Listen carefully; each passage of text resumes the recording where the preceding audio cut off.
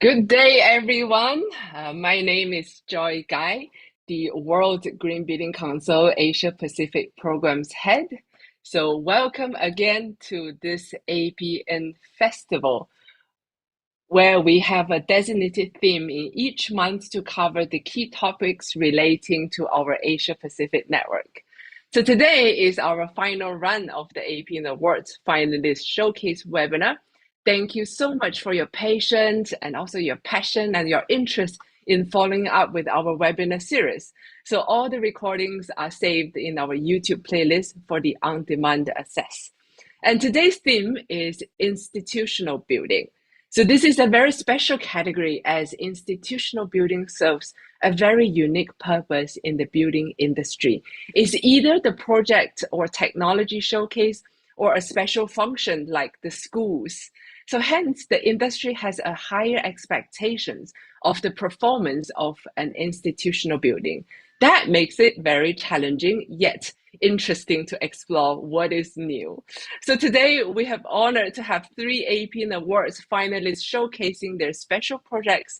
We have Datong Energy Resources Exhibition Building by Beijing New City Green Resources Technology Employment from China. We have National University of Singapore School of Design and Environment 4, NUS SDE 4 by National University of Singapore from Singapore. We also have the University of Newcastle Q Building by University of Newcastle from Australia. Right, so without further ado, let's just move to the first project, Datong Energy Resources Exhibition Building by Beijing New City Green Resources Technology Employment. Over to you.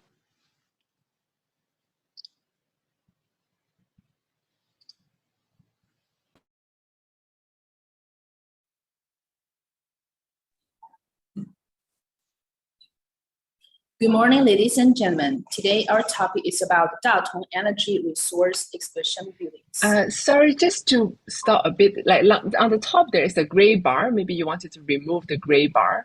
I think this is the Zoom operation. So just move to the side because it's slightly blocking the way. This one? Yes, yeah.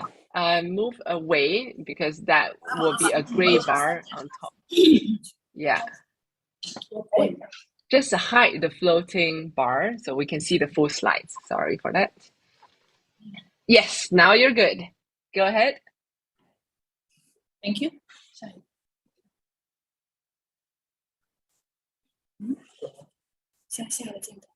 Okay. Thank you so much. And talking about the Datong Energy Resources Exhibition Buildings, this project is located in Datong International Energy Revolution Science and Technology Innovation Park.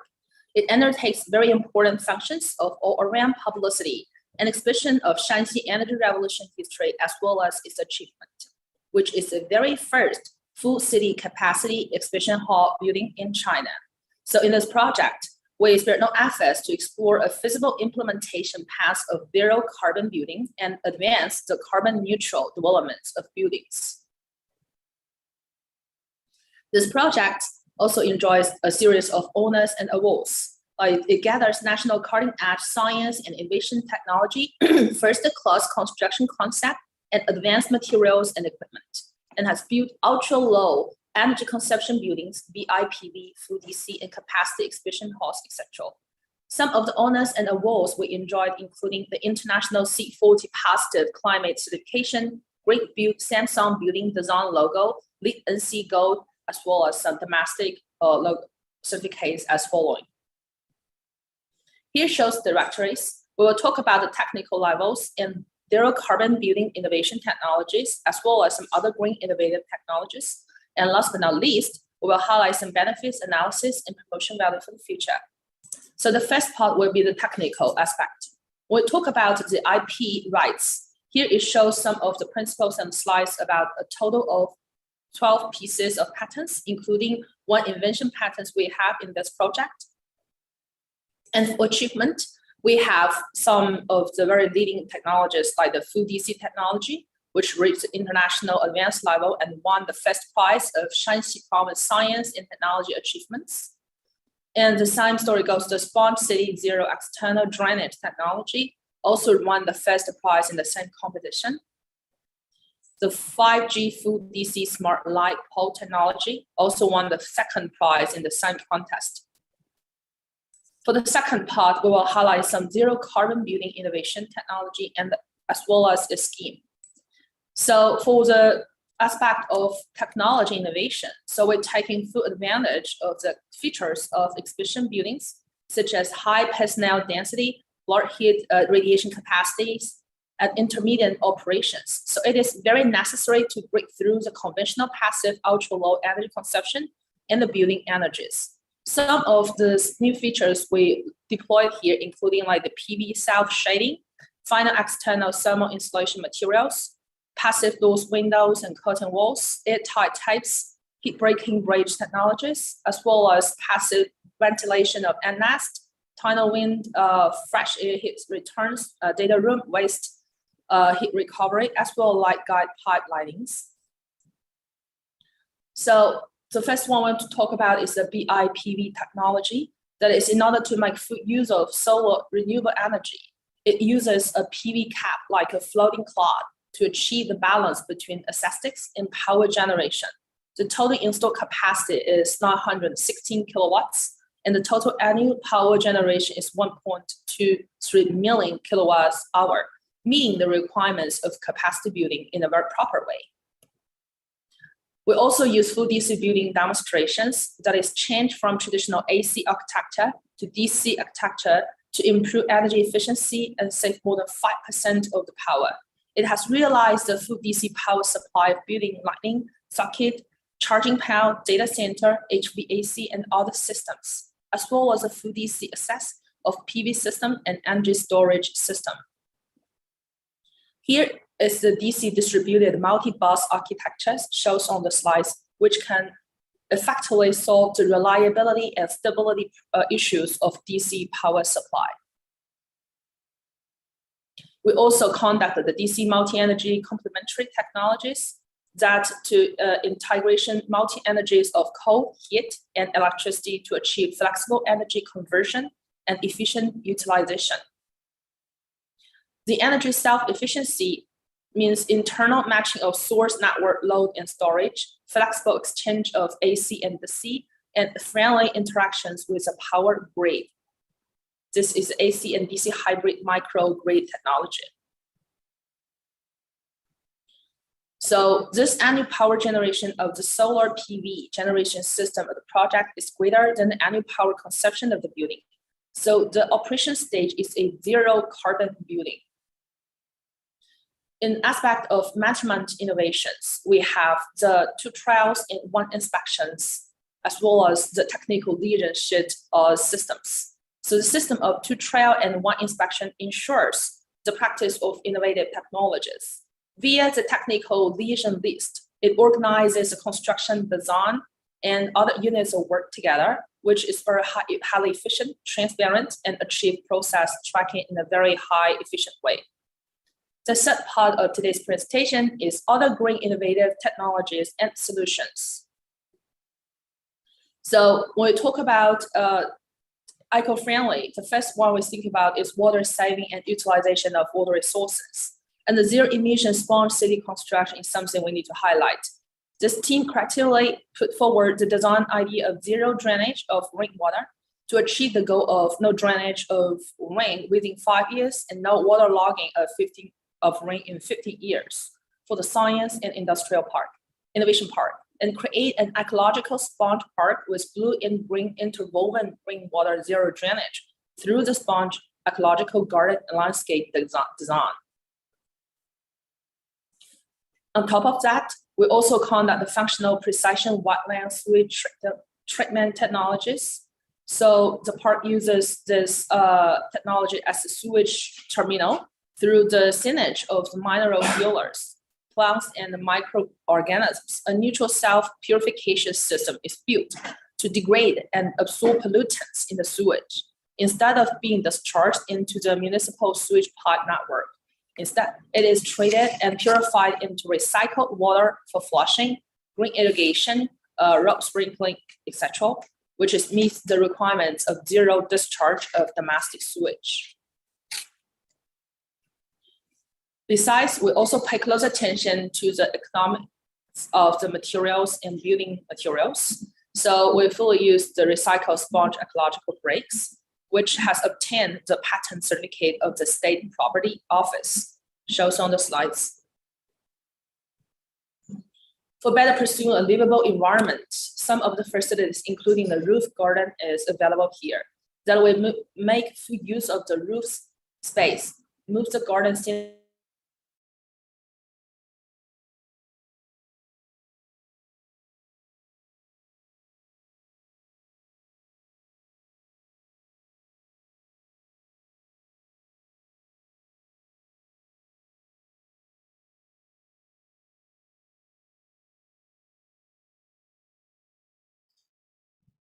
Hello, maybe we have experienced some technology issues. scenery on the ground to mitigate urban island effect.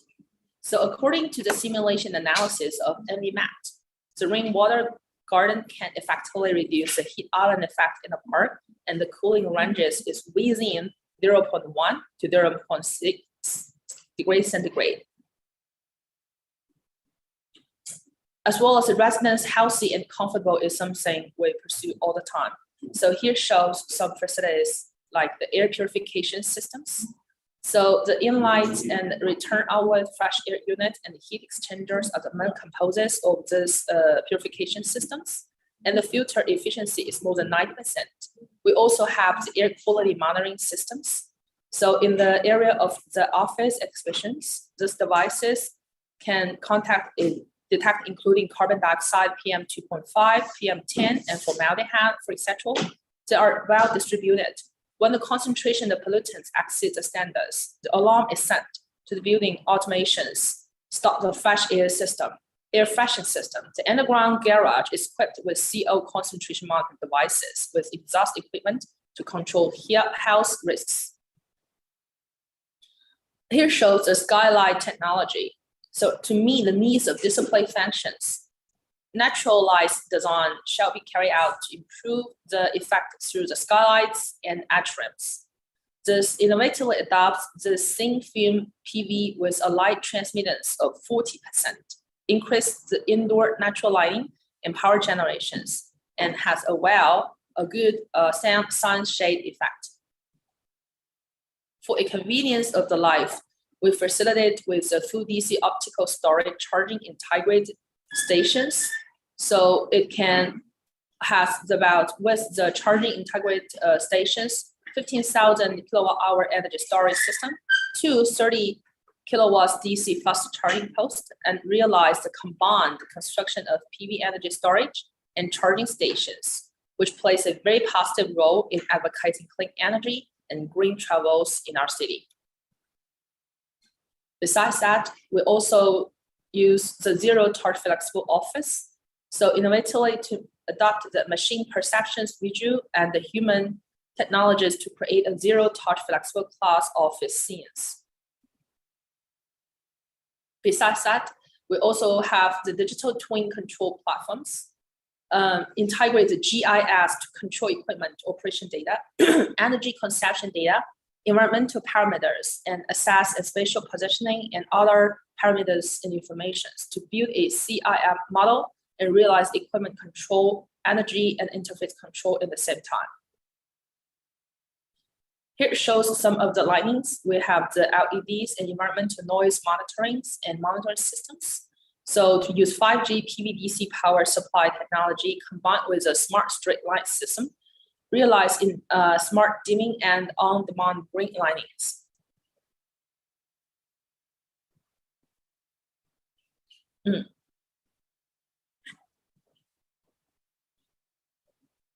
This is the intelligent parking robot.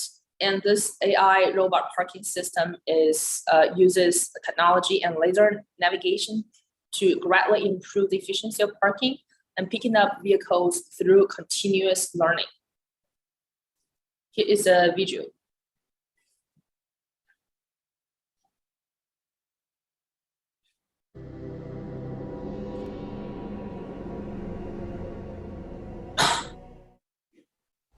造能源革命抬头兵，是山西贯彻落实习近平总书记能源革命重要思想做出的重大战略抉择。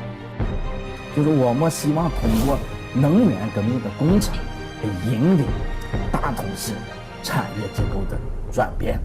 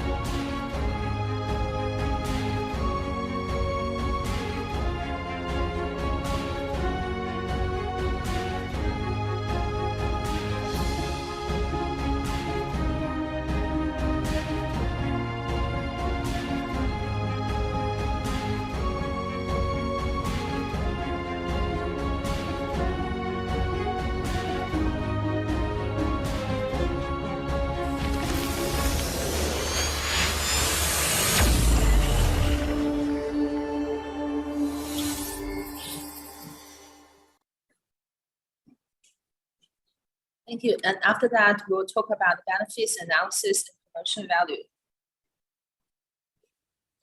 So in regarding for the economic performance, it saved a lot of costs, including saved electricity and heat charges during the operation, and there's no municipal heating interface fee. So the intelligent operation saves labor cost will be reduced a lot, and saving the water fees from non-traditional water resources. Regarding for the social resource, it set up the path and model of the Energy Revolution exhibition, explore a practical and feasible implementation path of zero carbon buildings, which takes the lead in helping carbon neutralization and plays a municipal role, a multiple role in demonstration and education. In regarding for the environmental benefits, the zero carbon buildings reduce carbon emission by almost 4,000 tons per day, which is equivalent to planting 60,000 trees. The zero discharge swamp parks reduces the urban heat island effect and creates a multi-dimensional green livable sponge landscapes. And prefixed concrete and mortar can reduce construction dust and improve the air quality in a dramatic way. For the promotions, so we explore an economic and feasible implementation part zero carbon buildings, provides a scalable green zero carbon building solutions for the same type of constructions, and helps carbon neutral developments in construction field and alleviate the global warming. The ODC and other advanced technologies are of international level, which is conducive to building a new racetrack for national industries. And this is a very fast sport park in China that truly realized zero discharge. And the construction conforms to the goal of low impact development of smart cities, bring in positive ecological and environmental benefits. Scientifically and systematically, it integrates the leading new technologies, materials, and products from both at home and abroad to promote the development of green buildings, which is very innovative and explore a scalable and promotable low carbon ecological smart park construction paths with strong promotion values.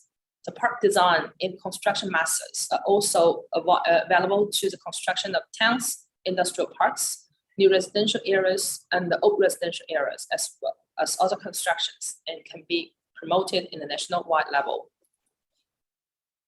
That's all today's presentation. Thank you for your time. Thank you so much. Right, so we're hearing some exciting features we have. And if you have any question in Zoom or any question from our YouTube live viewers, you can feel free to put in your questions in the chat box. Later, after all the three presentations, we'll come back and answer the questions. All right, so next, we have honored to have another project, which is National University of Singapore School of Design and Environment 4, SDE4. Right, so Owen will be sharing about this journey. Owen is also a personal friend of mine, so it's really great to see you here. Over to you, Owen. Hi, great to be here. Let me just see if we are getting this done. Are you seeing the screen? Not yet, maybe you have to Not yet. reshare. Okay, let me share again.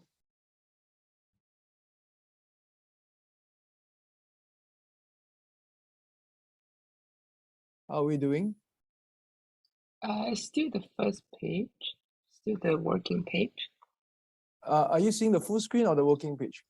All right, I'm seeing, you need to swap the slides. I'm seeing the presenter okay. mode. Wait, because the thing is being blocked. Yep. Yep, Swap. that should do it. Okay, you're good to go. All right,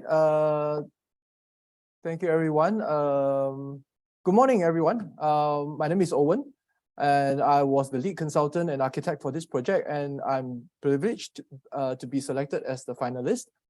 We thank the organizing committees and judges. I'll be representing the team, which consists of the following. Our client, National University of Singapore, and their working and management committee, which was very involved and supportive of the design team from day one. Multiple Series, the design consultants, Transolar, the energy and climate specialist, and last but not least, Kajima, who was our main contractor, and was very focused on very forthcoming in their ideas and contribution of better construction, which involved testing of systems and reducing wastage while lowering the embodied carbon during construction. Before I go into the building presentation proper, I'll just like to tell you a short story that I had with my deputy managing cum design director when this picture was on the news. Now, Singapore is very dependent on Malaysia for water. And while we have largely solved the problem of water with technology and a long history of water conservation, we are very far behind in terms of energy security. At that time, we were working on a few school projects and got to discussing about zero energy for primary and secondary school. We got very excited and we started on researching on the know-how. And at that time, there was little known on the subject locally and regionally. We had to start from scratch. But at SJ, our 16,000 professionals know that what we do when we build cities and shape lives matters. And while we have a huge track record of successful projects delivered globally, our multidisciplinary team of experts must still continue to deepen our knowledge in buildings that we build now and in the future. So when this design competition came from NUS was issued, we immediately thought what an opportunity here for us to test out some of the findings in the course of our research. The 2013 competition brief from the client seeks to redefine boundaries of what a sustainable building is in the tropics and has set very ambitious targets and goals. The team and client entered into the design knowing that we will have to challenge many conventional practices in the building, in the local and regional building design and construction industry. Topmost on the brief was a low energy consumption project that runs sometime up to 10 p.m. at night and with research facilities. This meant that its operational hours no longer is your average office building. This ambitious EEI of 75 kilowatt hour per square meter per year is made all the more challenging for a very hot and humid tropical climate like Singapore, as well as the required floor area versus the site area. The density is high. The small site area presented a lot of challenges for energy generation. At the same time, there is a seemingly contradicting requirement on usable daylight penetration into the building. And in the tropics, more daylight means more heat gain and higher requirement for cooling. Teaching and research. After decades of overconsumption and indoor spaces that do not correspond with local climate, we believe that it was time for a building that does not waste energy. The ecological design intent for this building is that the stakeholders understand that resources cannot be consumed without consequences and that absolute comfort is not necessarily required. A reporting building, not in the traditional BMS sense where everybody just sits in a room and wait for the information to come, but one that allows user to communicate with the building and then, very importantly, react positively to it. And because we human beings spend so much time indoor and cut off from the outside, we wanted to ensure wellness is incorporated while bringing in nature to harmonize with the occupants. Lastly, the client and team wanted an integrative design process which allows time upfront before detailed design and construction to test out and rationalize decision. I'm sure many of us here have rushed the initial design stage in many projects, only to find out that during a later stage, the other better solutions were available. We painfully document this process for future similar projects. This results in a longer design time, but an end product that is supremely satisfying. We'll go through the design with the following key points. Next, advancing net zero, health and well-being, resource and circularity. I'm sure many of us were taught by our parents when we were young not to spend the money you do not have, and always to plan how much money you want to spend during your rest period in school. That is the budget that you have. For this project, we had two budgets, the usual financial budget, as well as what we term the energy budget. In this case, the school wanted a zero energy building in the strictest sense, as in all energy must be generated within its boundary. And I said earlier, the site area is very small. and not from the other sources like the neighboring site or roof or building next door, which will then deprive the neighbors of their chance of solar energy in the future. In order to know the energy budget, the team went through many iterations and exploration of viable energy form in Singapore, from on-site biofuels to hydrogen, wind power, etc. The design team finally ended up with using solar panels as the source of energy and derived the energy budget of 510 megawatt hour per annum for this 5,000 plus meter cube, 5,000 plus meter square plot of land. However, if the building was to build under the code at that time, it would require 2,000 megawatt hour per year, or it will run a deficit after the first 3 months of the year. Hence, we have to reduce energy consumption by about up to 75% to ensure that the energy budget is met. As such, together with our fellow consultant Transolar, we simulated the various different energy saving strategies. Firstly, of course, passive architecture. We look to vernacular architecture for inspiration.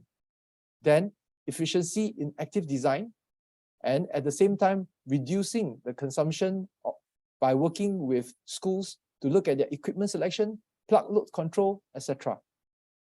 This finally led us to fall below 500 megawatt hour with a slight buffer when years are less sunny or when PV starts to degrade. First principle of passive architecture was the first step towards lowering operational carbon and must always apply. Here we look at key considerations for vernacular architecture of the tropics. This is the Kampong Malay house. That includes right orientation where possible, together with shading of the envelope, okay, and habitable spaces, and good cross ventilation on the external space and for big windows for internal spaces. And how did we translate that strategies into the building? Firstly, of course, correct orientation. We were lucky that the site was already predominantly north-south facing. And cross ventilation, then shading by the oversailing roof and perforated interchangeable east and west walls. And cross ventilation within the building where architecture was envisioned as a porous structure in a series of platforms and boxes. The design challenged the notion that a high energy efficient building must be opaque and solid. The messing here is broken down to give students and faculty members better access to light and natural ventilation. The completed building is therefore seen as incredibly open, where the boundaries between the outside and inside spaces is ambiguous. Most of the rooms are designed in a variety of sizes to allow flexible rearrangement of layout for exhibition, school-specific installation, and also very importantly, change of use in the future. So you future-proof the building in order not to waste it or tear it down in the future whenever you find that space is not enough, etc. This strategy continued through as we balance the need for views, natural daylighting, and at the same time reducing heat gain. This was done by multiple iterations and rationalization with the client and the design team via simulation and sourcing of products and materials for the facade. We finally arrived at a combination of a 2-meter overhang, 15-degree laminaire, ceramic fitted glazing, coupled with user control of internal screens and openable windows. This resulted in an absolutely delightful feel of the space. Here's another look at the result from the outside of the building, the main facade with the glazing treatment and fully openable full height windows to allow natural ventilation when the conditions are favorable. And we do find students opening the windows in the evening or the cooler end year period like now. The next step we took to reducing energy for cooling, but vital to maintain comfort. Comfort as defined in Singapore or in the region generally means 22 degrees to 24 degrees with a humidity of 60 to 70%. If we were to follow this convention, even with the most efficient plant system, we will not be able to meet energy budget. As such, together with Transolar, we work on a system that provided 100% fresh air at a much higher temperature, but at elevated airspeed. We had to work really hard to convince both the school as well as the authorities. Finally, using a predictive mean vote PMV simulation, we managed to convince everyone that this system has a very high possibility of delivering comfort while providing other health benefits, which I'll touch on a little bit later, and at the same time reducing a substantial amount of cooling energy. However, doubt still remains. And while the construction tender was called for this hybrid air conditioning system, together with Kajima, we had to set up this full-size mock-up room to simulate the system during construction. We held weekly meetings here and also actual classes for students here. Users of the mock-up room were asked to answer a series of questions on comfort every 30 minutes during the use of the space. User subjective survey indicated a 90% satisfaction rate, and this coincided closely to our PMV simulation result. We want to thank Kajima again to work with us to prove our concept. The hybrid system has become an accepted form of cooling under the code, and is also given building owners some thought that 100% comfort at 100% of the time might not be the best solution. Many times in the tropics, you walk into a building that's 22 degrees and coming from an outside temperature of 30 to 33 degrees can many a time feel extremely uncomfortable. With this system, you might still feel slightly warm the first 30 minutes when you enter the building. But as your body acclimatizes indoor, more than 90% of all the people we have surveyed and who have used the building indicated that they are comfortable after 30 minutes. But of course, we use the usual energy efficient strategies, which I'll move very quickly. The building communicates with user. Example, alert is sounded when windows are open, when air conditioning is on. Smart dimming lighting, daily control,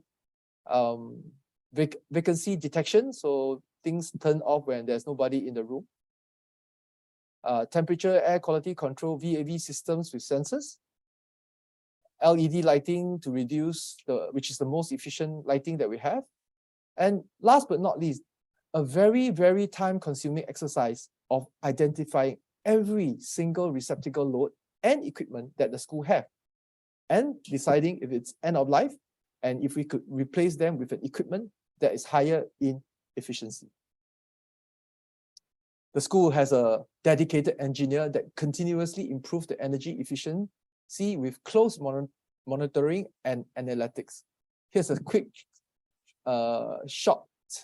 span shot of the energy usage versus energy generation.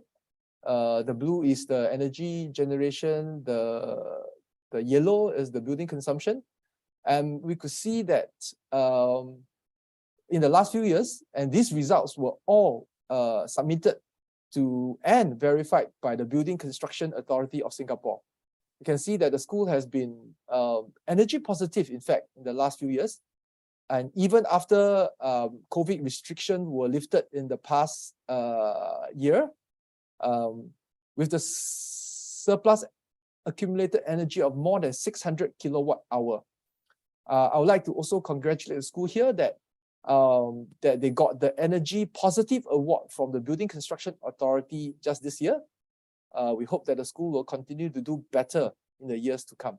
So instead of zero energy, is actually a positive energy building now. As mentioned, health and well-being has been important and on the client's agenda from day one.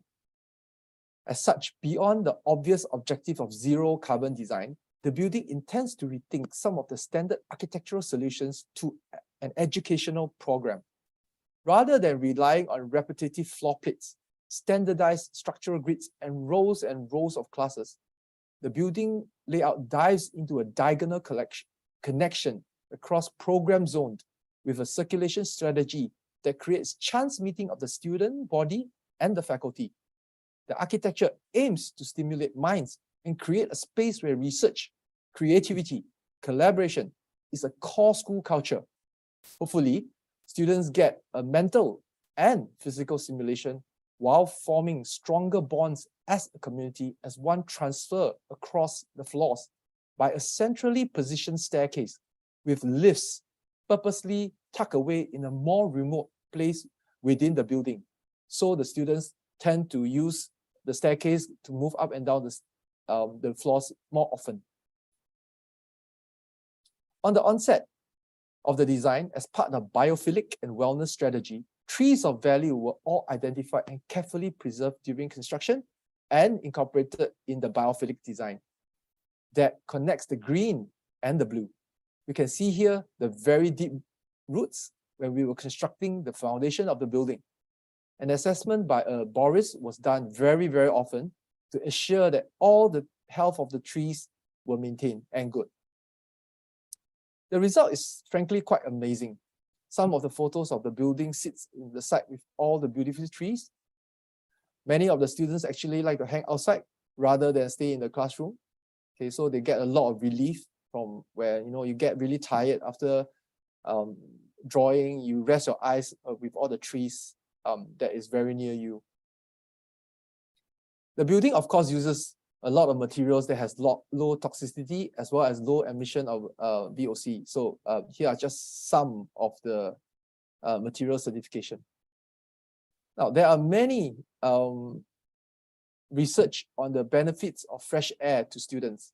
So the 100% fresh air was suggested, and they gave better concentration and, of course, hygiene. The non-recycled air system also proved to be invaluable during the pandemic as it lowers the risk of pathogens circulating in the ducts. Together with the green, the blue is also an integral part of the design. And together with the national agenda of A, B, C, activate, beautify, and clean the water, which is of course the rainwater. Part of the rainwater that is collected runs via gravity through the garden, where it's celebrated while providing biophilic relief. The garden was designed as a natural purification system. The landscape improves water quality while encouraging lifestyle activity and teaching around the water. Many of the plants selected are native species, and most are from the southern tropics, a choice that once again provides us with an opportunity to teach. Now, this is how the client students react with water. Rainwater from the roof comes up, bubbling up, and then it fills the dry pond, which then flows through the bioswales. And we carefully selected plants there absorb nutrients like nitrate and other chemicals in the rainwater. The system here slows the discharge of stormwater into the external infrastructure, reducing the need to widen external drain as well as discharging much cleaner water. All rainwater in Singapore eventually ends up in a reservoir. It's important for water quality of such large bodies to be as clean as possible to avoid contamination as well as algae bloom. This is the other end of the bioswale treatment garden where it becomes a pond when it rains. Resource and circularity. As we said, this is the green one is the bioswale where you saw the fountain and then it goes through the swale. Now the other part of the water storage ends up in a rainwater harvesting tank, which supplies water for non-potable use. Now in Singapore, potable water is actually a high carbon product as it's very energy intensive to recycle and desalinate water. Thus, rainwater harvesting reduces the need for potable water, which means lowering your carbon footprint. And it also forms part of the water teaching at the same time. It is very unconventional in Asia to leave concrete unfinished. But in an attempt to reduce embodied carbon and lower the use of resources, many of the surfaces were left as it is. The original intent was to paint and plaster. The result is a building filled with many different textures and a character that is sometimes really hard to define. The school also conducts many research, hence the interchangeable facade as well as a number of smart labs allows the schools to quickly and without new staging and putting up new rooms and materials to test out new materials. It also allows the students themselves to interact with the building as they do their research. Another example is the smart home, which is built like a typical public housing unit in Singapore that allow quick testing of active equipment and building material in a real home environment. The contractor played a part too, like we said earlier, recyclable lightweight formwork for all the concrete work, use of water-saving toilet sanitary when they were constructing, and reuse of hardcore for construction, reuse of water to control the silt because they need to wash all the trucks that were leaving the site, recycled timber for all the temporary use like toolboxes, tables and chairs for resting. Basically, the contractor tried to reuse as many materials as possible so as not to bring in additional materials during construction. Then, of course, there's the use of solar panels to power equipment like noise meter equipment on site.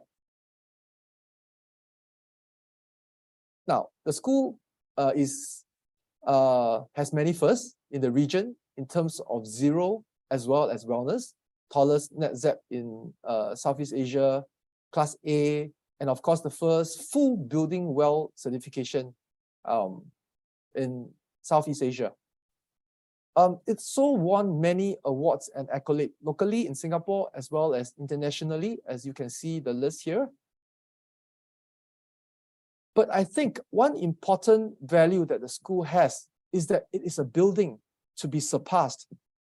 And with many charades and design meetings, which you can see one here, all these are painstakingly documented in the design report, which was submitted to the Building Construction Authority of Singapore. The school also shares the design process, reasons for decisions, simulation information in many other forms like publication, and conducting regular site visits for both students as well as industry practitioners. Within the report, it details how we worked in an integrated design process that involves all stakeholders on day one. How we looked at conventional designs of ACMV, materiality, and working with authorities. And now that all this is tested and seen to work in this building, many of the non-conventional has become an acceptable norm within our industry. How we seek to relook at energy, comfort, and apply relevant technology for our tropical climate that improves both quality and productivity in a project.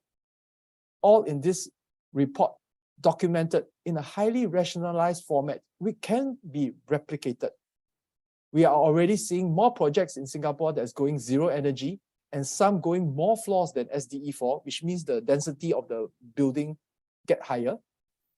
We have to know that this will help in the next 20 to 30 years with most of the construction and development occurring in the tropical or subtropical belt.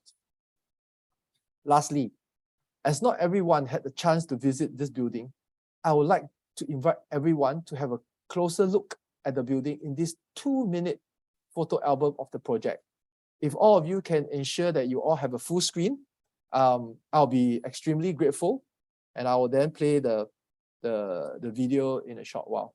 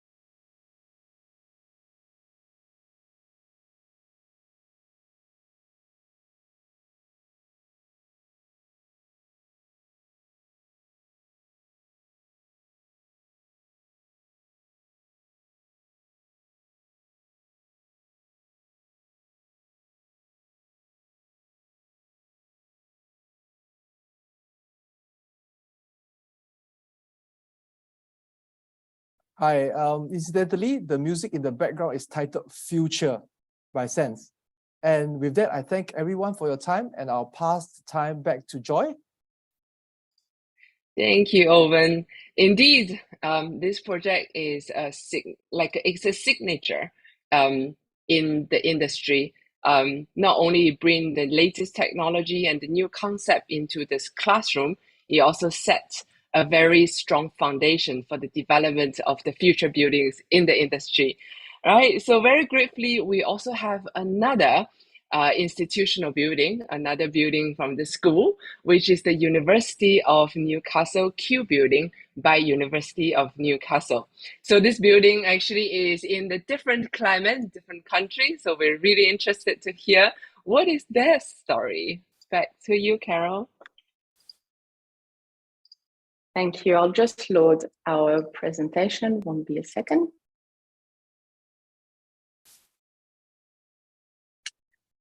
All right. Can everybody see that?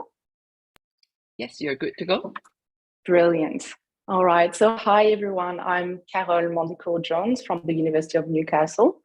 And thank you to the World Green Building Council for this fantastic nomination, for the opportunity to showcase Q Building today alongside our finalists in Beijing and Singapore. So to start this showcase, I would like to acknowledge the traditional custodians of the land on which Q Building sits, the Awabako and Worimi people, and I pay my respects to our elders past, present, and emerging. And to open this showcase, we're going to hear from our University Vice Chancellor and President, Professor Alex Zelinsky.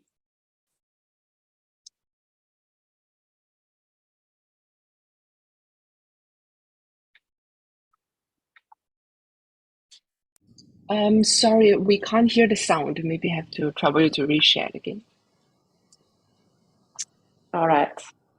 Sound is not sharing. Can you hear me still? Yes, I can hear you, but the video sound is not playing. All right. Bear with me for a second. I'll just see what's going on there.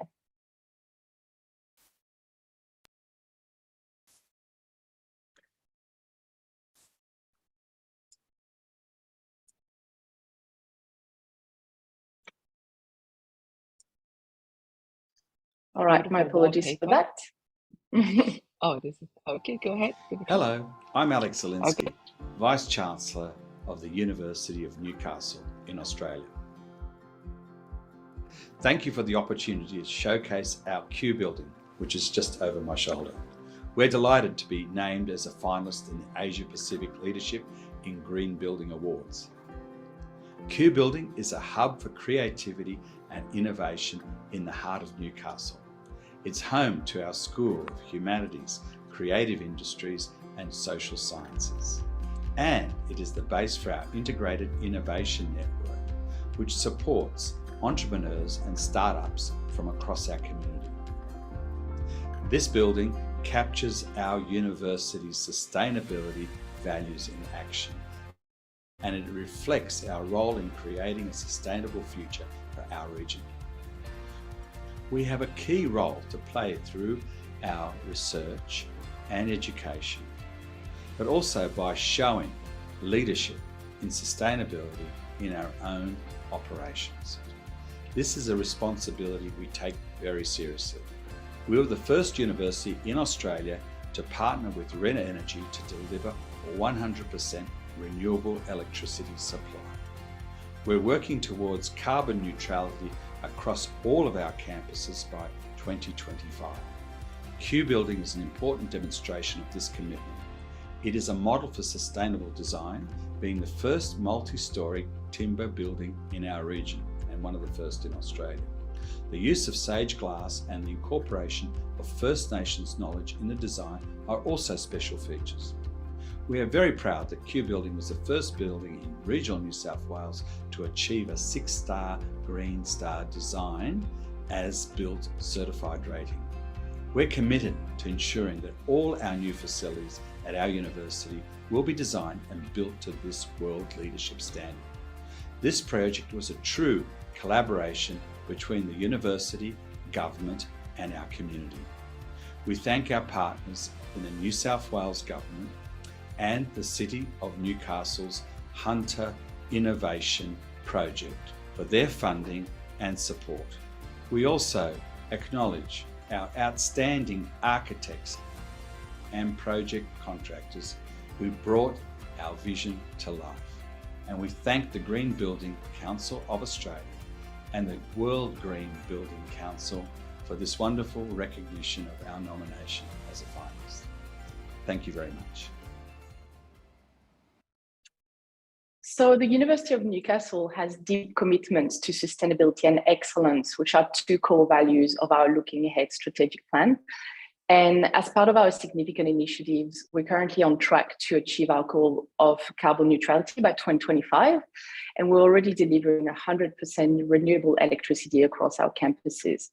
So with Q Building, the University of Newcastle had a significant opportunity to expand its presence in the Newcastle CBD and to also contribute to the revitalization of the city. And most importantly, it had an opportunity to play a broader role in our region with partnership with the City of Newcastle and the New South Wales State Government through the Hunter Innovation Project. So we're now going to hear from our colleague, Heather Campbell, and she's going to tell us why this project is so important for our university, our city, and our region. This project came along at a time when the world as a whole is grappling with decarbonisation, and we're feeling that particularly acutely here in the Hunter region, given our history and our story.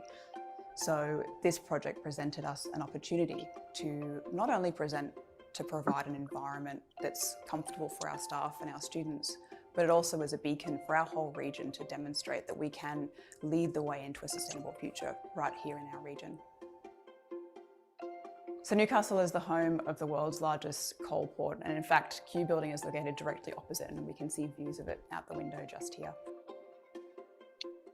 Coal is part of our story here in Newcastle. It was part of the story for our first peoples, the Awabakal people.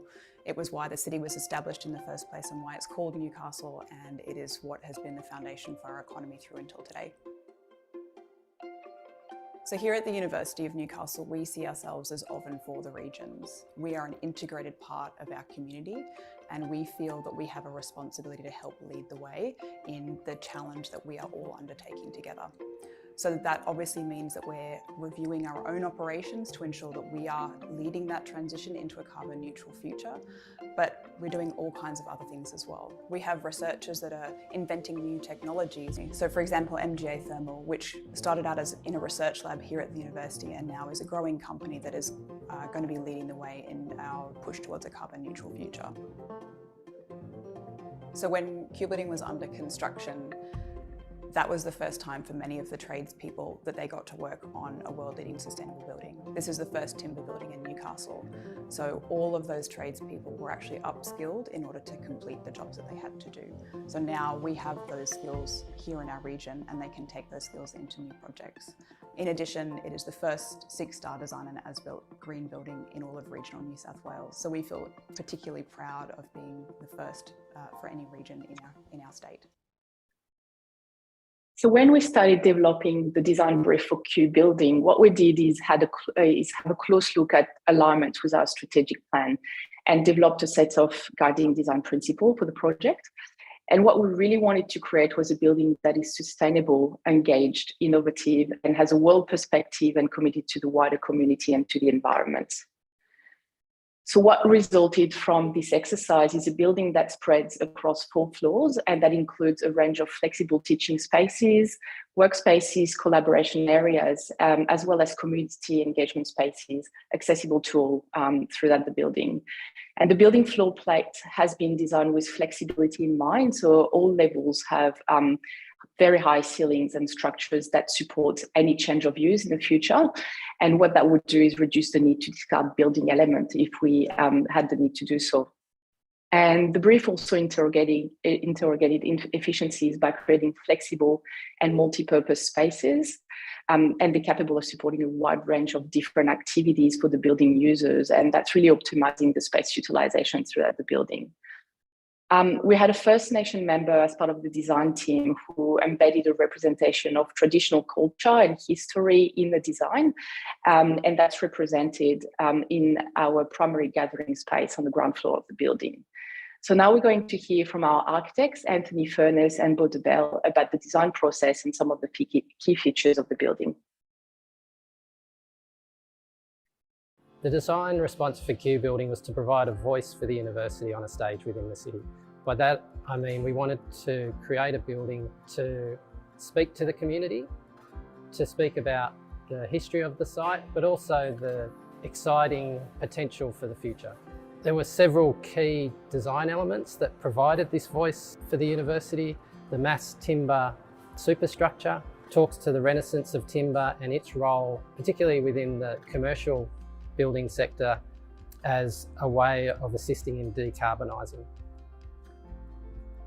The feature midden floor speaks to the traditional custodians of our land and their connection to country, and how this exemplifies over the last 60,000 years how country can be cared for. The use of electrochromatic glass speaks to the innovation and evolution of traditional building materials such as glass. Where glass was used originally to introduce light into buildings, it then, through the evolution of making larger and larger panes of glass, enabled us to connect the indoor with the outdoor. But with that came solar heat gain, which then propelled the use of air conditioning. There are technologies now available in the glass sector that enable glass to react to the sun as it moves about its cycle, and actually reduce solar heat gain when we need to reduce solar heat gain, but also allow the sun in when we need to heat up the building. The generous floor-to-floor heights speak to opportunity and programming and reprogramming that can occur within the building in the future, and the idea of repurposing it and its role in delivering on sustainability. So I'm a Gamilaroi Māori, Aboriginal man of Gamilaroi language group.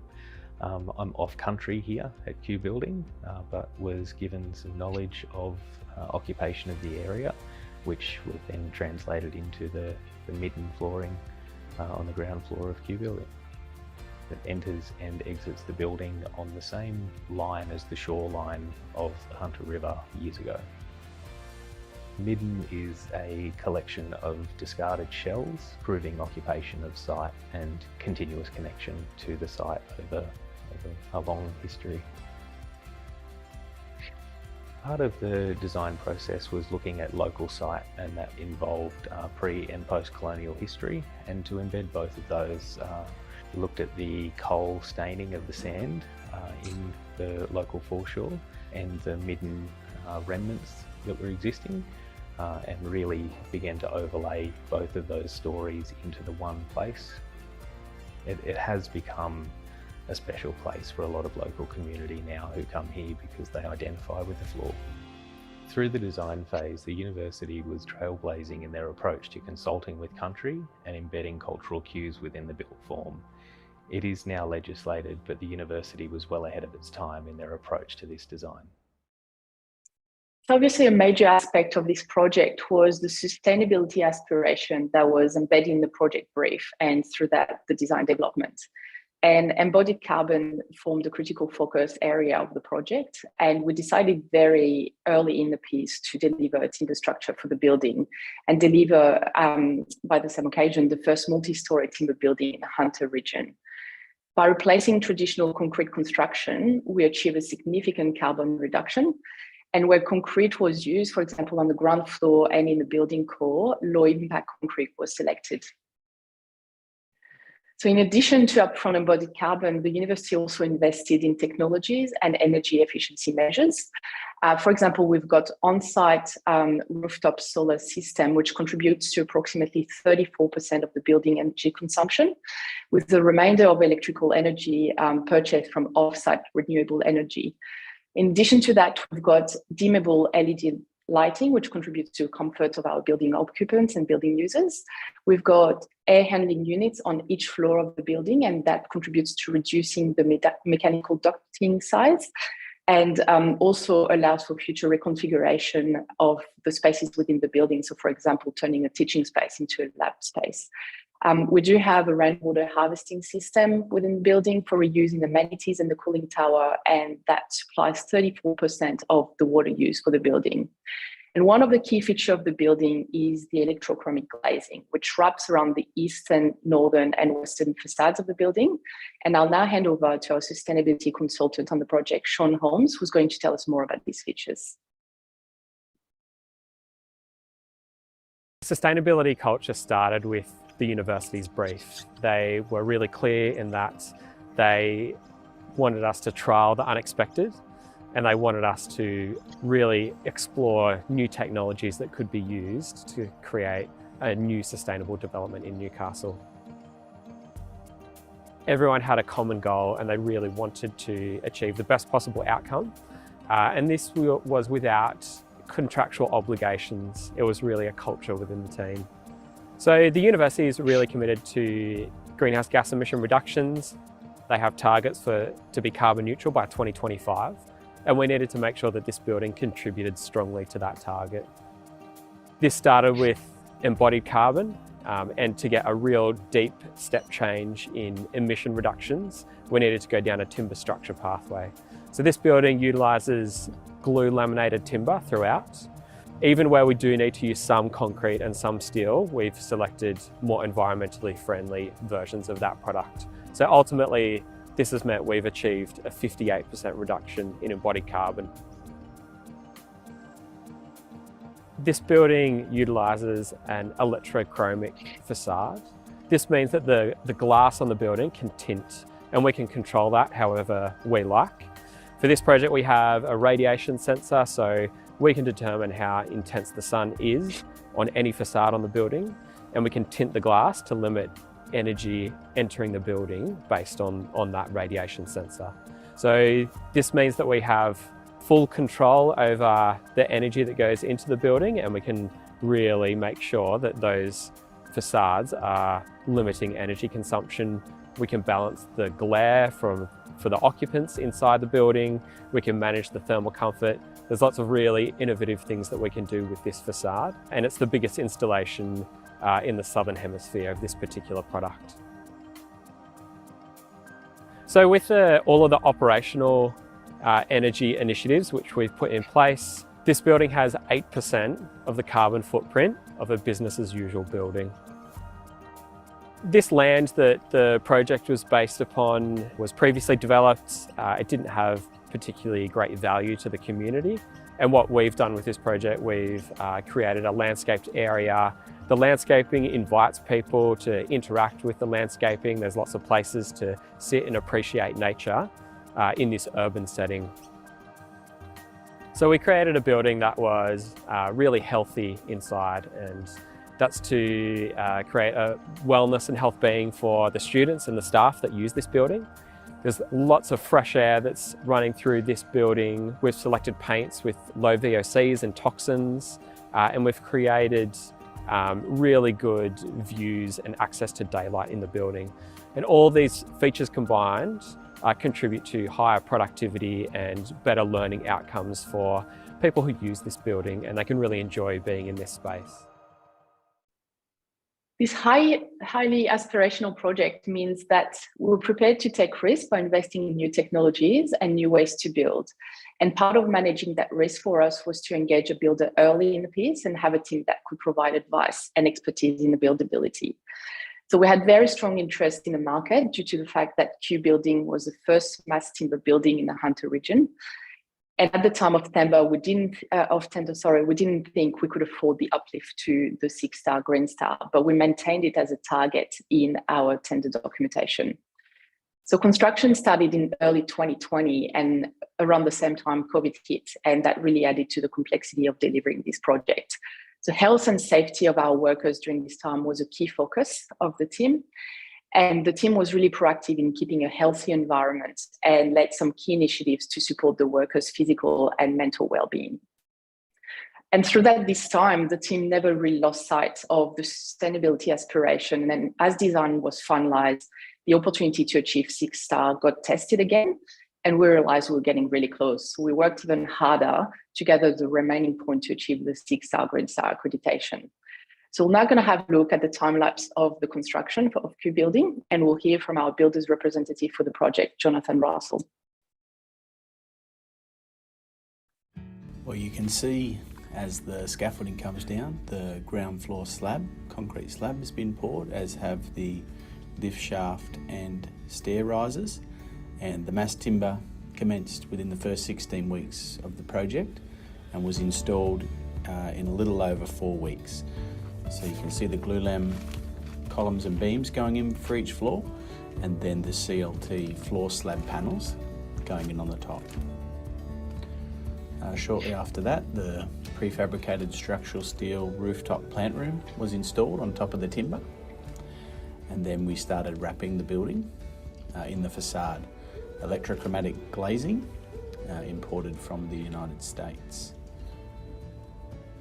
As we wrapped each floor, we commenced the fit-out work across the levels, and while the magic was happening inside, we finished the external awning around the ground floor, the external pavements, put some final cladding on the top level plant room,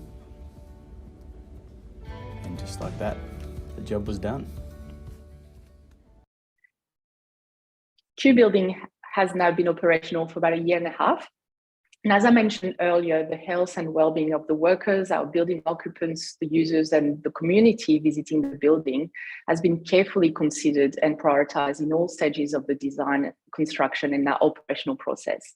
And it's really resulted in a healthy environment for all. We have a physical environment that supports comfort, health, and well-being. We've got systems that align with sustainable practice, and we also have accessible and inclusive spaces throughout the whole building.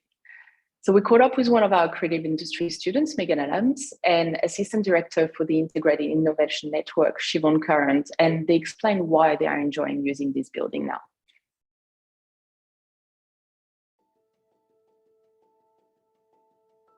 The best part about studying in this building is being able to look at the large windows, and you get to look out onto the community walking by or driving by, and you really get a sense that you're a part of the Newcastle community.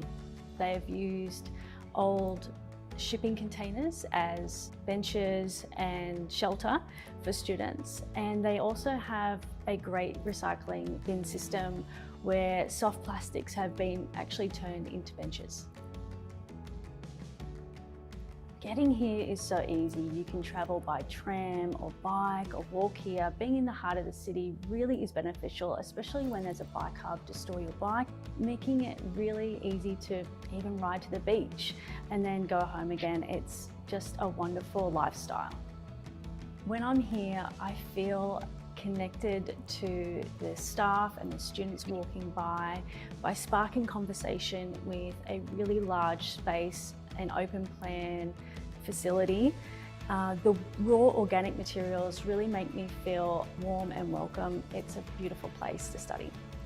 The University of Newcastle's commitment to sustainability has inspired not just me in my job every day, but all of the people that co-work and use this space. They're really proud to work from a location like this where its green credentials are on show, not just for them to be able to work within, but for all the people that they come and have meetings with, their mentors, their advisors, their investors, their business partners and their employees. And in fact, we actually have people doing Zoom meetings and walking around the space while they're on Zoom meetings so that they can point out to people on the other side of the Zoom what the space actually looks like.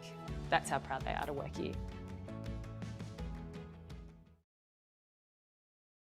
So Q Building has become an inspiration for the future of Newcastle and the Hunter region, and is leading the way in achieving carbon emission reduction to support a future net zero emission in Newcastle. Earlier this year, it became the first building in regional New South Wales to achieve 6-star Green Star Design Nice Build accreditation, and it's really set a benchmark for future development of its kind. We feel this project is a catalyst of change for our region and demonstrate that world leadership in sustainable outcome can really be achieved in regional areas with projects with lower budgets. Q Building really represents the University of Newcastle's leadership and responsibility in activating the transition toward a more sustainable economy in the Hunter region. So we're transitioning away from the coal industry and really shifting our workforce to focusing on clean energy. And throughout its life cycle, the project really achieved significant upskilling of our organization and the local workforce and helped foster a culture of sustainability and excellence in the community. So we'll now hear from our Lord Mayor, Natalie Nelmans, and Minister for Infrastructure, Cities and Active Transport, Rob Stoke, who actually officially opened the building last month, on why this project is so important for the Newcastle and the Hunter region. It's a wonderful flagship, the Q building. It is very different looking to other buildings in the city, and it is an exemplar for sustainable design and also sustainable development. So having the university as a flagship for the city and a leader in sustainability, actually walking the walk and building the building with the sustainable products, getting a 6-star green rating as the first one in the regions is a fantastic achievement for both the city, the government and also the university. The University of Newcastle has a very renowned built environment and architecture degree, and this provides an opportunity not only for aspiring students but also as an exemplar for the individual looking at careers in sustainable building design and sustainable development. And if we are going to be the hub of looking at the energy transition in this country and actually truly addressing climate change, it's really important that we approach it from a multifaceted perspective. And one of those is really looking at how a regional city that is transitioning includes that sustainable building design and delivery into its narrative. Thank you, Declan. It's not often as a politician I'm lost for words, but I genuinely am. This city and this university has a very special place in my heart. I think what you are doing and the journey you are on is absolutely remarkable and world leading. One of the things that struck me as I entered the building was it embodies its aspirations. The fact that the design embraces the past and respects the past of this place. But it also, the technology embedded in the building also speaks to the future and the future of sustainability that is the aspiration of great technology and design and the very things that this building is set up to incubate. The next point I wanted to make was that this building is really designed, as I understand, to be a crucible of creativity in the heart of Newcastle. It's to inspire everyone to think creatively about ways in which we can make each other's lives better and we can build community together. Community is a really powerful word. We often fail to actually reflect on what it means. It's two words, ko to share and munas or monetary or resources. So it's about sharing resources to empower all of us. And the fact that this university is interested in incubating what researchers go on and do, and to bridge that gap between ideation and commercialisation is precisely the very sorts of things that we want to support you to do. So it's a wonderful collaboration. I've been so sincerely and profoundly humbled to be part of the journey. I remember, this was a very contested site, certainly, in its role previously for public transport. Now it's been transformed to public education. And it's been wonderful to be part of that journey and to help support you on that journey and really to say you're an amazing group of leaders and the way in which you work together and support each other is very Newcastle, and it's something you should be greatly proud of. So to conclude this showcase, I'd like to offer some reflection on this project. And Q Building has been a real career-shaping project for many of us. It has really pushed the boundaries of how we deliver projects with sustainability in mind within a culture of collaboration and excellence. One of the great lessons of our project was where we were taking risks and trialing new technology, we surrounded ourselves with industry advisors to support our team. So for example, we had a timber specialist who was working with us from the design development all the way through to construction. We also had to quickly upskill in our ability to collaborate in new ways as a result of the COVID pandemic, but also working in different time zones to our suppliers in Europe and in the US. And this was enabled through the use of new technologies. Finally, a key lesson and success for us was to deliver this project as a one-team approach with the health, safety and well-being of our workers as a key focus, which in turn meant that all the team members were incredibly committed to this project and went over and beyond to achieve such an outstanding result. So to close this reflection, I'm going to hand over to our project director, Damien Burke. The university is one of the major employers in the Hunter, and the university has an opportunity to play a good corporate role in leading sustainability throughout the Hunter. It's incredibly important with the Hunter region going through a transition away from coal, that university looks to the future and looks to provide the talent of the future too with our industries in transition. Q Building's a major investment for the university, and when we look at these investments, we look to try and reflect our core values, and sustainability being one of those for the university. It's really easy to sort of reflect that into the project brief. We're able to use that through the procurement process and to really target a sustainability return and use that as a criteria to select our builders. It was really making all of our team and externals really aware of the university's commitment towards sustainability, and using that through our design consultation, inducting our builder into the project team as well, and also giving them aspirational targets. This became incredibly important because it was actually during the construction phase when we were finalising the design we were able to achieve the uplift from 5 to 6-star Green Stars, and I strongly believe that was because of the culture of sustainability through the team. And this concludes our presentation. So on behalf of the University of Newcastle, I would like to thank the Green Building Council of Australia for their ongoing support. And once again, thank the World Green Building Council for this excellent and fantastic nomination. And finally, I would also like to thank all our project stakeholders, partners, and collaborators on this project. Thank you. Thank you so much, Carol. I think hearing from you, one of the keywords pop up is this word future. It guides our design, inspires everyone, and is also leading the future of the future, right?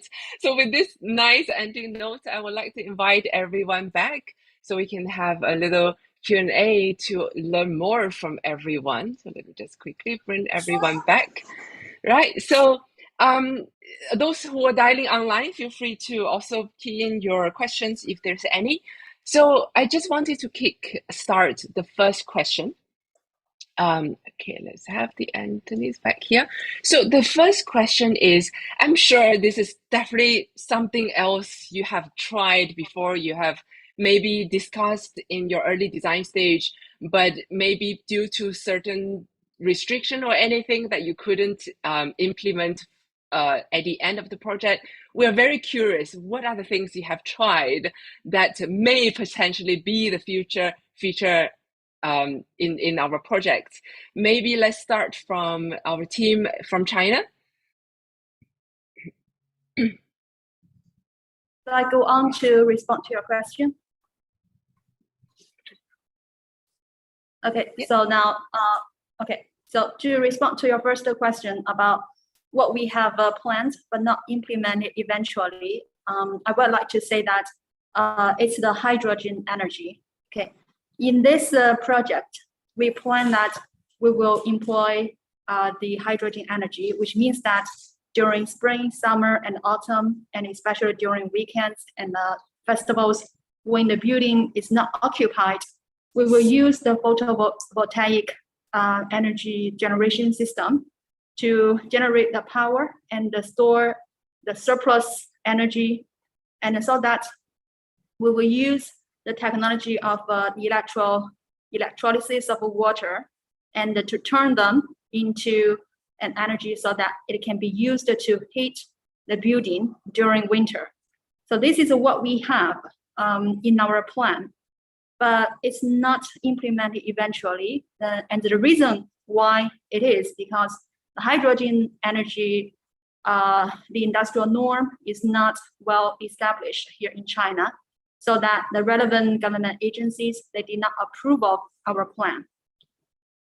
And so if I can go on to respond to your second question about challenges. Maybe later, it's okay, later we'll come back to you for the second question. Thank you so much for sharing. Yeah, indeed, hydrogen, I think, is some of the keywords has been discussed in many of the design team as well. So eventually, maybe when it's more mature, technology is getting more and more mature, so we'll be able to see those features in our future projects. How about AUSSD? Well, we also explored hydrogen. We also met the same problem. The industry is not very mature, so we didn't. But the one that really sticks to me, and I was really pushing it, was the hydroponic garden on the roof. So what we wanted to do, and it was inside our winning competition, that we wanted to create a hydroponic garden where you have the fish growing. We even had the tilapia, the species of the fish that we are going to grow, and then with the system of the urban farming. So the water loop is in one loop. So the waste of the fish would feed the fertilizer for the plants, and then it goes in circle, and you harvest the fish every 4 months, and then you employ the nearby elderly or the students who are a little bit poorer that needs a little bit of work to do, and then the food goes immediately into the canteen that is just beside the school. Actually, the school was actually rather keen, but unfortunately, because we couldn't use hydrogen and had to use all the roof for the solar panels, so that was put on the back burner. And that was something that really we had all the thing all worked out, but that was something that I thought that was a pity that we weren't able, because it balanced out the social portion, and it shows what can be done for food security, which is very important in Singapore. But it's just something that we didn't manage to do. But some of the technology that we discussed, we eventually use it in an industrial format. We built an 8-story fish farm that's completely industrial, so that helped a little bit. But that was something that I am really something that I felt that was a big pity that we weren't able to do. Yeah, that's. All right. Yeah, it sounds very exciting, but keep that positive energy. Maybe the future projects will have the chance to bring these fantastic features in. How about Q building? Hi, I just wanted to introduce Anthony Furness, our project director on this project, who's joining us for the Q&A. And we also have Sean Holmes, who's our sustainability consultant. So Anthony, did you want to cover this one? Yeah, so we also, similarly to the Singapore project, we were keen to utilise a green roof technology, but we were also wanting to, maximise the amount of solar that we were getting onto the roof, and there was really a balancing act between one or the other.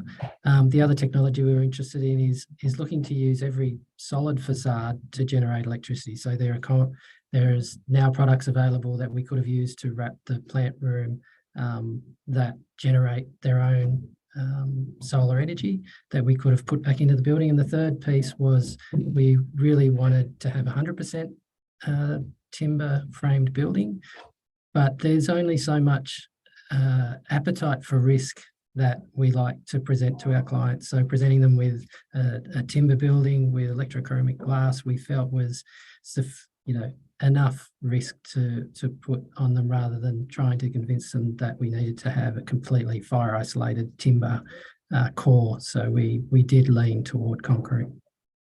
Sean, is there anything else you want to add? So one more from my perspective. So we were looking for a while at LED integrated facade for the building.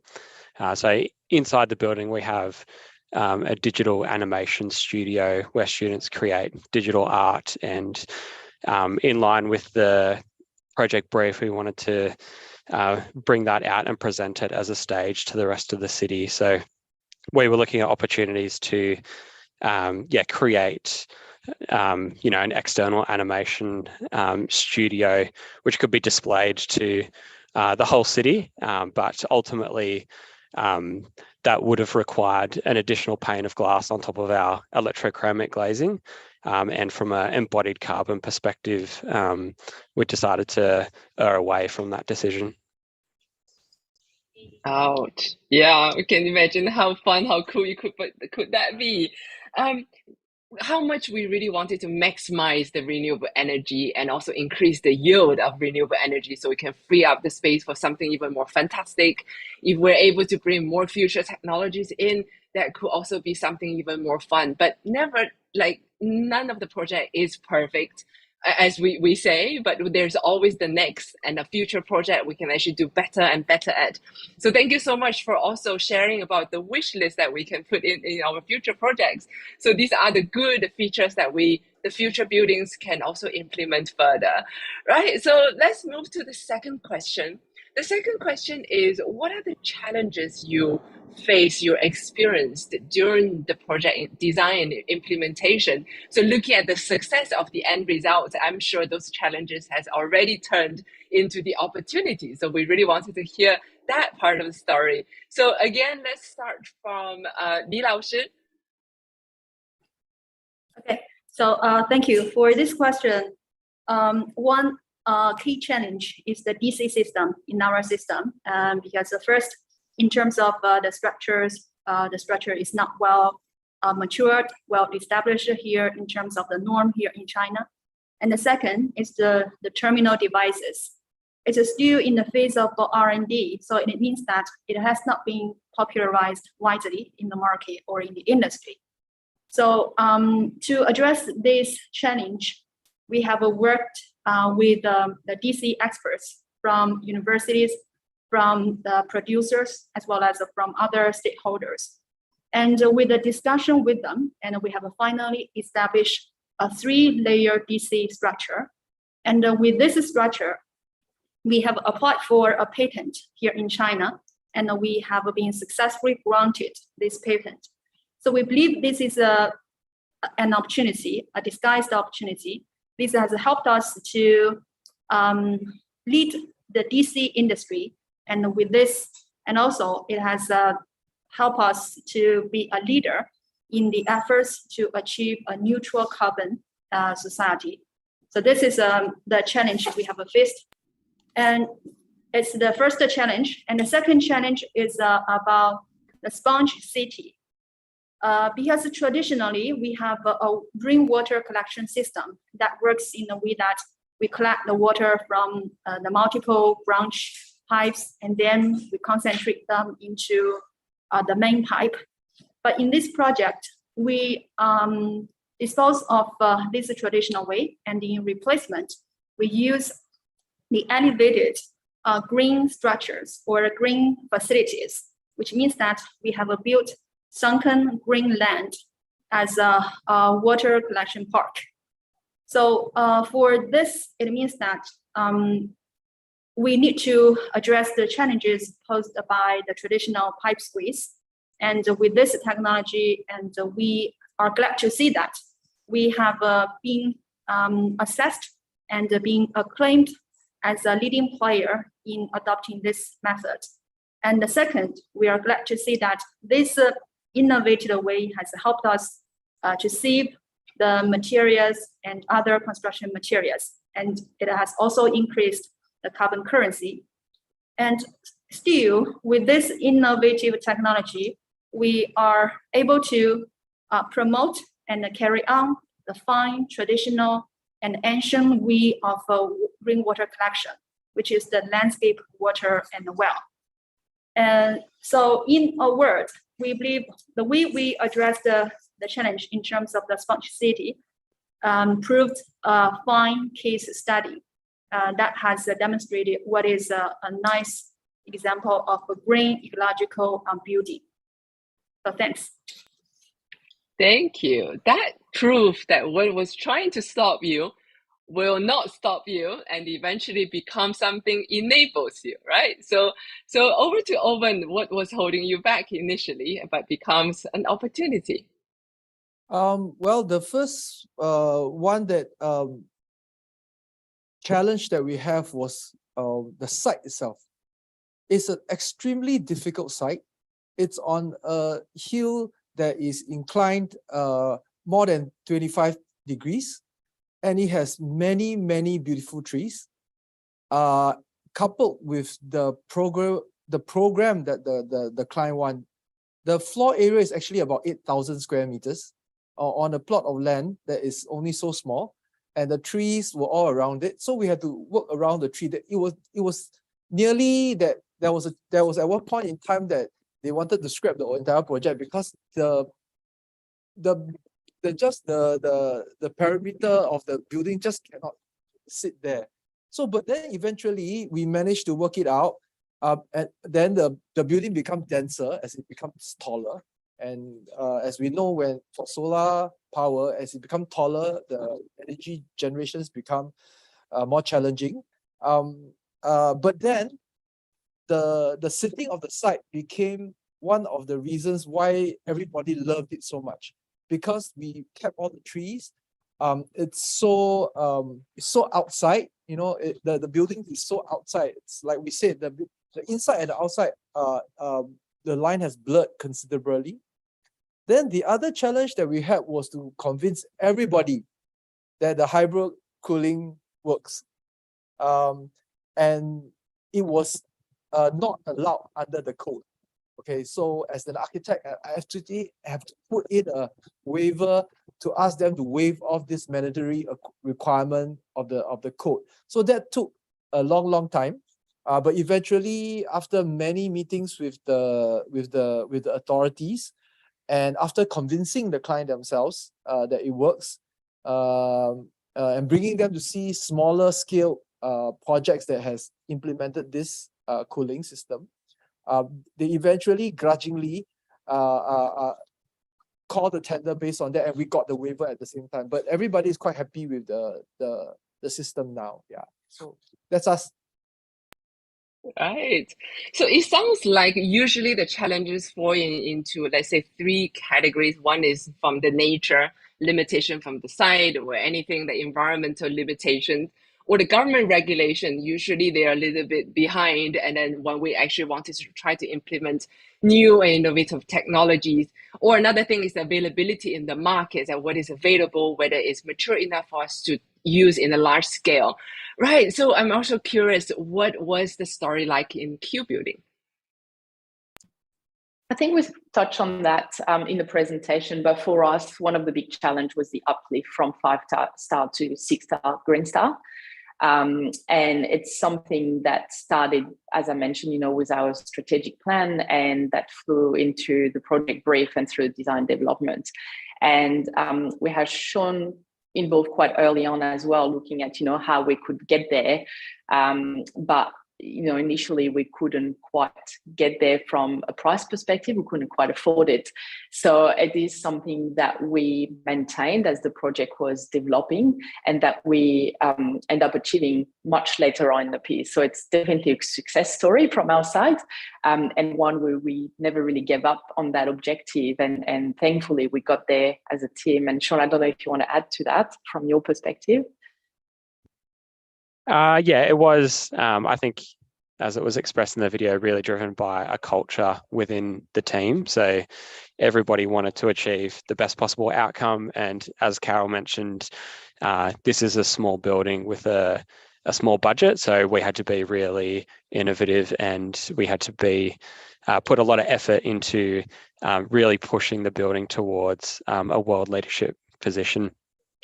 And I think that other challenge that this project brought was maybe a little bit similar to Owen, the previous land use of the project. The site had been mined in previous lives. It's an industrial legacy city, so lots of contamination, lots of prior use, limited community value.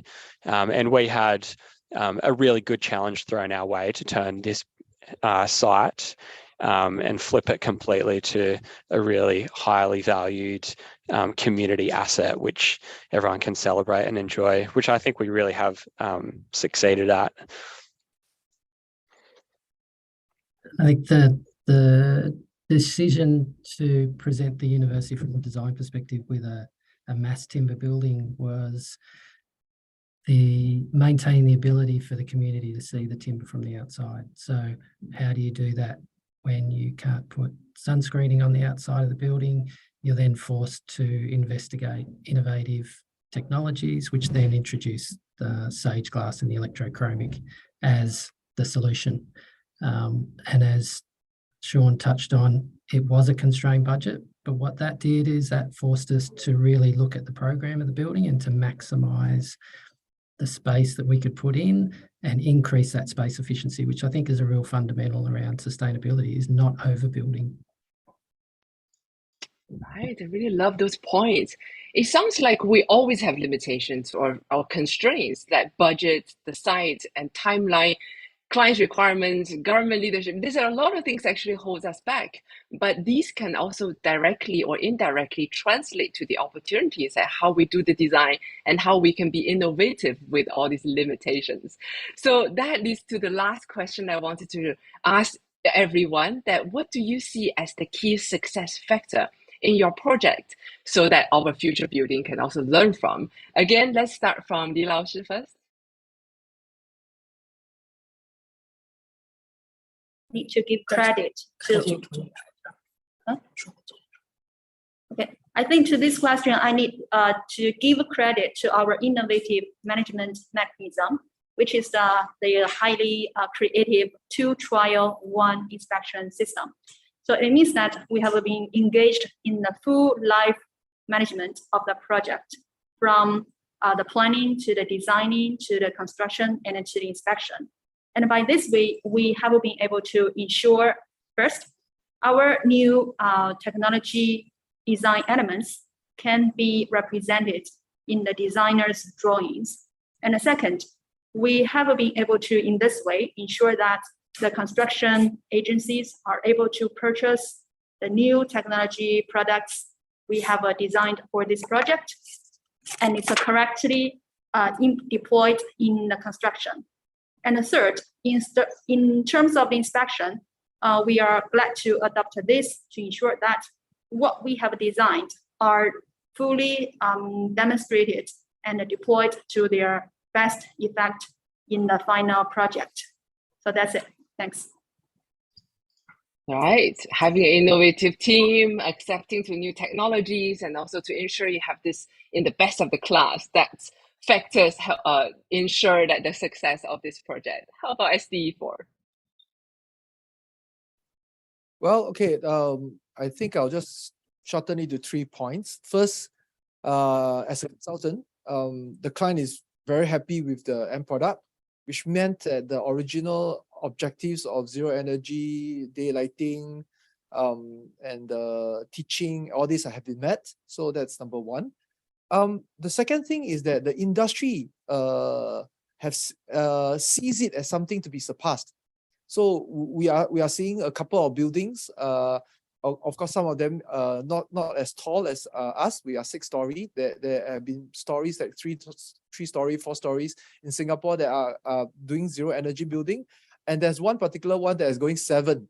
So people want to test the limits of what we can do in Singapore in a tropical climate. That's number 2. So I think that's a success thing, because when people want to emulate or beat you, that means you did something. And lastly, from what I heard, a lot of students felt that it's a cool place to study. So I think as an architect and person that work with the team, and people love the space that you have created, I mean, that is just that's just great feeling. Yep, that's for SDE4. Definitely agree. When a great project is launched, it sets a very positive momentum in this industry, right? Because you start to drive challenges, you start to become these key feature of these new technologies. When this momentum started to come, we're going to see a new shift or a new movement started to move. So how about the Q building? I think for us, without a doubt, and we've touched on that, has been really the culture of sustainability and excellence that was built within our team. And it started with just us as university staff members. And as we were bringing in, our stakeholders and consultants and collaborators, we sort of grew that culture and everybody wanted to be part of it. And I think that really created, I guess, a real great team spirit within the team, and everybody wanted to work really hard to get to the best outcome. So I feel that collaboration, and as we mentioned in the presentation, that was really challenged during COVID, because all of a sudden we're doing that remotely, but we kept working closely together during that time and kept trialing the unexpected, which is part of the brief. So I think that was definitely what really led us to that successful outcome. And we're sharing the story with the community now, with our city and with our region. And it's a really inspiring project for all, and everybody wants to do better. So I'm really proud to have been have been part of that team with along with my co-workers.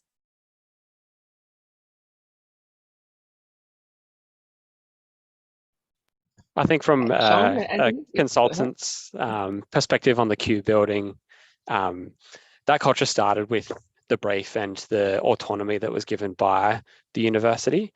And I think reflecting on other projects that I've worked on for a very long time, on decarbonisation in particular, we've been incrementally improving, but I think the rate at which climate change is impacting us, we really need a deep step change in the way that we go about building design. And I think the university with their brief, it's not often you get a brief from a client that asks you to trial the unexpected, and they were clearly willing to take on the risk of doing things differently, and they were also, I think, willing to fail on some things. So I think the risk and the willingness to do things different, starting with the university, really gave autonomy and a license to the design team to really push the limit on this project. Yeah, I second Sean's thoughts wholeheartedly. The word that keeps coming up to me with respect to the role the university's played is bravery, and bravery of the individuals that sit on the other side of the table to us as designers and consultants that do put these innovations across the table and ask, for the permission to bring them into the project and to take that risk. And I think what that does is it demonstrates to the students that are attending the university that as part of your learning, the ingredient of risk and bravery and the role that has in innovative thinking. Yeah, I agree. It sounds like a lot of positivity, positive willingness, positive culture, positive mindset, momentum from also the movement. We can actually clearly see from everyone's face that you guys are very proud of the project you're involved, and you're actually owning all this work that you're doing. So that itself is a very strong key success factor, because only you put yourself fully into this project and it will lead to the best outcome. So I can see this is a very good ending note and also very positive notes for our series of APN Awards Finalist Showcase Series. So we stay tuned for our award ceremony on the 23rd of November. It will be on the beautiful island in Bali. So all things will be live streamed, and stay tuned for all this news. All right, thank you so much, everyone. I'm really grateful to hear and learn from your projects, and there will be a lot of new significant projects coming along the way. Thank you, everyone. Bye-bye.